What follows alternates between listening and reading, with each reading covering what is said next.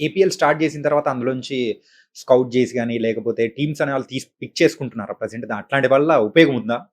ఇప్పుడు 'నితీష్' వచ్చాడు అంటే అది ఏపీఎల్ వల్ల గాదు. దానికన్నా ముందే వచ్చాడు ఐపీఎల్‌లో. ఆ! ఎందుకంటే తను ఆల్ రౌండ్ ఎబిలిటీ ఉంది కాబట్టి వచ్చాడు.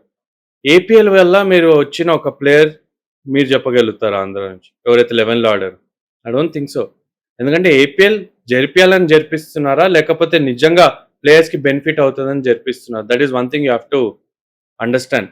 వాళ్ళు ఒకవేళ ప్లేయర్‌కి బెనిఫిట్ అవుతున్నట్టు జరిపిస్తే ఫస్ట్‌ది వాళ్ళు పర్స్ పెంచాలి. హ్మ్. 50 లాక్స్ కాదు. వేరే ఫ్రాంచైజీ మీరు ఢిల్లీ చూసుకుంటే 1 క్రోర్ అబోవ్ ఉంది per okay. Team. Tamil Nadu premier league నేను లాస్ట్ టైమ్ విన్నదైతే 80 లాక్స్ దాకా ఉంది. వాళ్ళు 1 మంత్ ఆడతారు. మా దగ్గర విండో లేదు. వేరే ఇప్పుడు బ్రాడ్‌కాస్టింగ్ లేదంటే you have to figure it out. ఇప్పుడు నేను వింటున్నది ఏంటంటే ఈ ఇయర్ ఆంధ్ర ప్రీమియర్ లీగ్ 3 వెన్యూస్‌లో పెడుతున్నారు. హ్మ్. Vizag, Kadapa, Mangalagiri I don't know exactly కానీ 3 వెన్యూస్‌లో పెడుతున్నారు. ఎక్కువ మ్యాచెస్ పెడితే అప్పుడు ఎక్కువ ఆపర్చునిటీస్ దొరుకుతాయి ప్లేయర్స్‌కి. హ్మ్. స్కౌట్స్ వచ్చి చూసినప్పుడు వాళ్ళు పెర్ఫార్మ్ చేసే స్కోప్ పెరుగుతది.